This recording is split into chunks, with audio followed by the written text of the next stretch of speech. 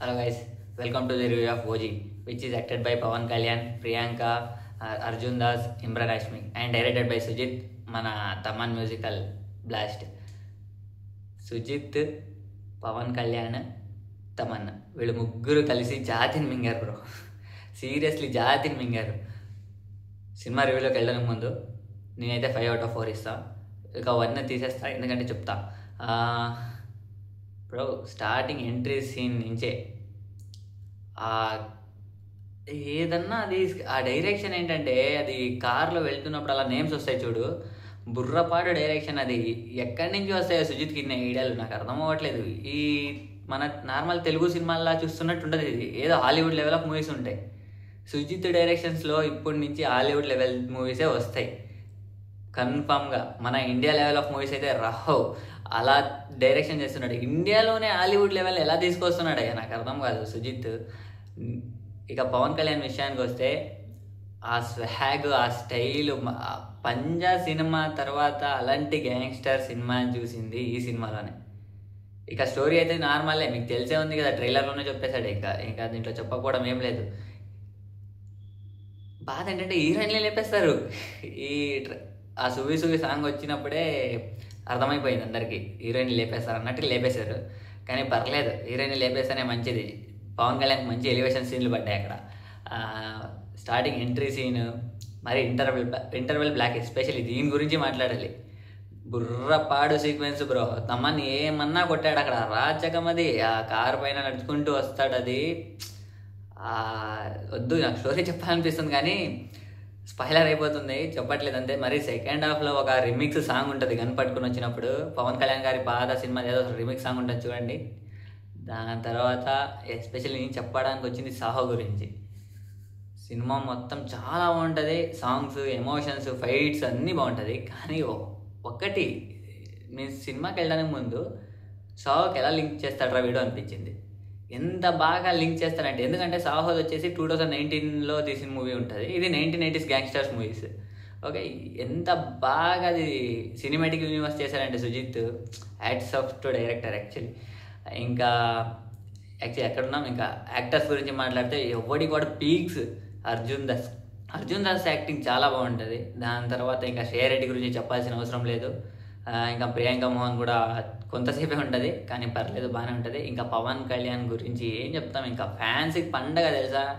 ఆ వాక్ కానీ, ఆ స్టైల్ కానీ, ఆ స్వాగ్, ఆ కత్తి పట్టుకుని రావడం కానీ, స్క్రీన్ కనిపించట్లేదు నాకు అసలు. అది పేపర్లన్నీ విసురుతున్నారు పైకి. స్టోరీలో నాకు మెయిన్ ఏంటంటే ఇంటర్వెల్. ఎవడైనా అక్కడ ఎవడైనా ఫోన్ తీసుకొని పక్కన చూసాడో తలపైన ఒక్కటి ఇవ్వండి ఇంటర్వెల్ వీడియో తీసేటప్పుడు, ఎందుకంటే అదే మనకి ఇంపార్టెంట్. కళ్ళకు కొడుతుంది లైట్ అంతా.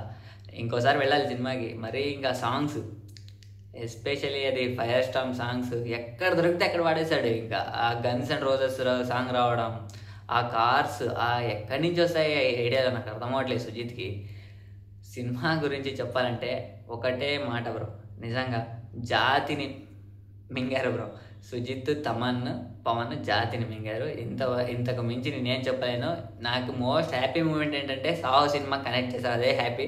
అది కూడా ప్రభాస్ రాడు అయినా మింగల్ చేస్తారు. సినిమా చూస్తేనే అర్థమవుతుంది.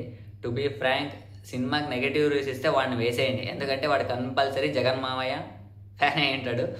ఓకే దెన్, నియర్ బై థియేటర్స్కి వెళ్ళి సినిమా చూడండి. ఎక్కువ లాగట్లేదు నేను, సినిమా స్టోరీ లీక్ చేయను, ఎందుకంటే చెప్పాల్సింది చెప్పేశాను నేను. మెయిన్ ఎలివేషన్స్, ప్రశాంత్ నీల్ కన్నా 2 ఎక్కువ ఇచ్చాడు ఎలివేషన్స్.